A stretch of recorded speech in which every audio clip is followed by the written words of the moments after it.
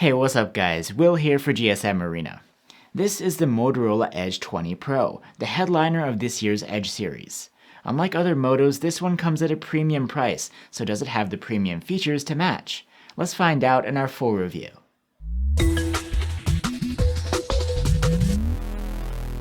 The Moto Edge 20 Pro brings a curved, tapered back design, which is pretty typical for a smartphone these days. This is opposed to the regular Moto Edge 20, which is flat and angular. While there is a version available with an eco leather back, our Midnight Blue variant has a Gorilla Glass 5 back panel. The finish is matte, yet reflective when it catches light. The frame is made of resin-coated aluminum, and overall the phone is rather grippy and comfortable to wield. Like most Moto phones, there's water-resistant coating on the internals, but this isn't IP rated, so you should still be careful. The Edge 20 Pro's display is flat, not curved like last year's model, and it brings some impressive specs. Just like the non-Pro version, you get a 6.7-inch OLED panel with a 1080p resolution, Gorilla Glass 5 protection, and a super fast 144Hz refresh rate. This is faster than most competitors, and means that swiping and scrolling on this screen looks extra fluid. The refresh rate isn't adaptive in this 144Hz mode though. It's locked in and won't dial down to save energy. If you want to do that, there's an adaptive option in settings, but the rate goes up only to a maximum of 120Hz this way. That's still pretty fast though. Also, 120Hz is the limit on the Edge 20 Pro for high frame rate gaming, with supported games. The quality of this screen is quite nice. You get deep OLED blacks, as well as support for 10-bit color and HDR10+. Color accuracy can be quite good, depending on the color mode you choose. And while we've seen higher max brightness from competitors, it's still good enough here for comfortable outdoor use. We measured a maximum of 480 nits with the slider, and up to 670 nits in auto mode when in bright conditions.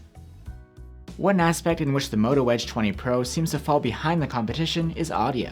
You don't get stereo speakers here, just a single bottom firing one. It earned just an average score on our loudness charts, and quality is about average as well.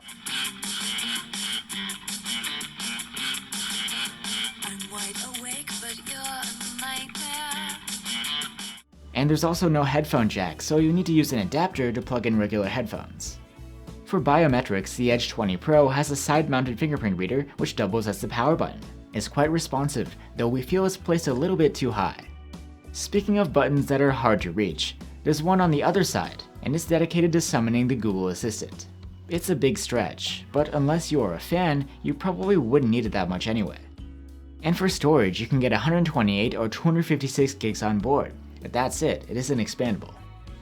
The interface of the Edge 20 Pro is a pretty stock Android 11 with some proprietary Moto functions on top. These are for the most part all showcased in the Moto app.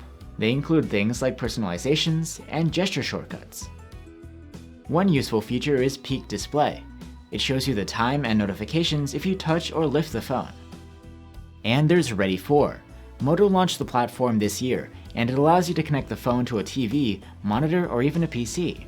If you're familiar with Samsung's DeX, it's similar to that, and is handy for casting media, playing games on a big screen, video chatting, or multitasking.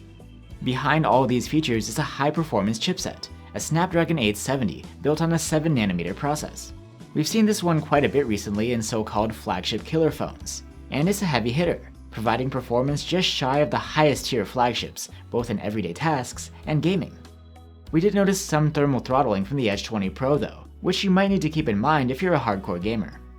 On to battery life. The Moto Edge 20 Pro has a 4500 mAh battery and earned an endurance rating of 112 hours in our proprietary battery tests. That's a great result for this capacity and a clear upgrade over the non-Pro model. There's support for 30-watt fast charging, and the adapter comes in the box. With it, we charge the phone from 0 to 53% in half an hour, which is quite decent, but nothing too exciting these days. Now let's talk about the cameras, which are largely the same as on the non-Pro version, except that here the telephoto camera is a periscope one with a higher zoom level.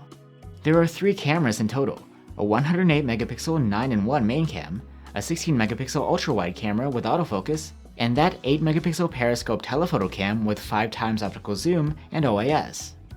During the day, 12MP photos from the main cam are generally good, but we've seen better at this price. You get a good amount of detail with natural rendition, but there are some local areas of softness visible from time to time. The colors are lively and dynamic range is good, but not as wide as we've come to expect. Portraits are taken with the main camera, and they're pretty great. There's excellent edge detection in most scenarios, and the defocused backgrounds look quite nice. 5x zoomed photos from the telephoto cam also come out at 12 megapixels, which means that they're upscaled from 8. There doesn't seem to be much loss in quality from the upscaling though. They have good fine detail, and are nice in quality overall, but the colors don't quite match the main cams. Continuing with the quirkiness of Moto's camera app, photos from the ultra-wide cam are downscaled from 16 megapixels to 12. They have a good level of detail for this sort of cam, high contrast and okay dynamic range, and the color rendition does match the main cams here. Since the ultra-wide has autofocus, it supports the shooting of macro close-ups. These aren't bad, with lively colors and good dynamic range. The detail level is decent, but not what you'd expect at 16 megapixels, because there's cropping and upscaling involved here. At night, the main camera produces well-exposed images with good dynamic range. Detail is good overall, and so is the noise performance. We did notice that in several scenes, auto HDR was indecisive, sometimes engaging and sometimes not. We prefer the HDR ones, so it may be a good idea to force HDR on for low-light photos. There is a night mode called Night Vision, and it boosts shadows and reins in the highlights. The downside is that you get heavy sharpening and some loss in fine detail. The zoom lens has a hard time at night, as expected. The shots are soft and underexposed, and dynamic range leaves more to be desired. And there's no night mode support here. You also don't get a night mode on the ultra-wide cam. These photos are soft, with limited dynamic range.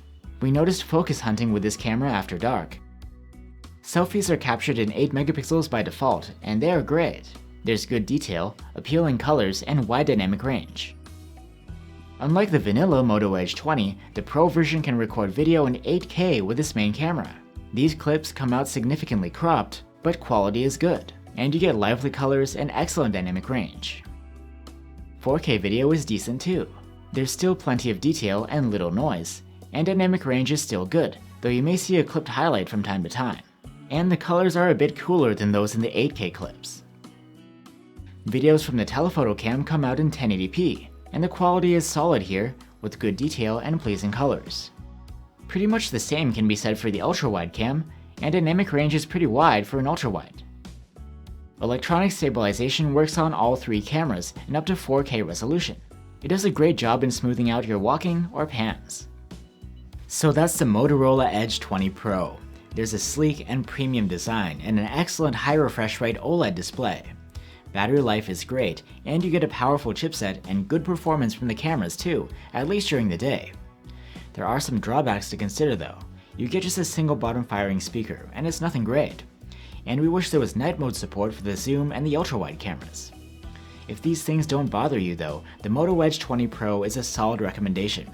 While it doesn't come cheap, it offers performance, display, and camera chops that can hold up against even more expensive phones.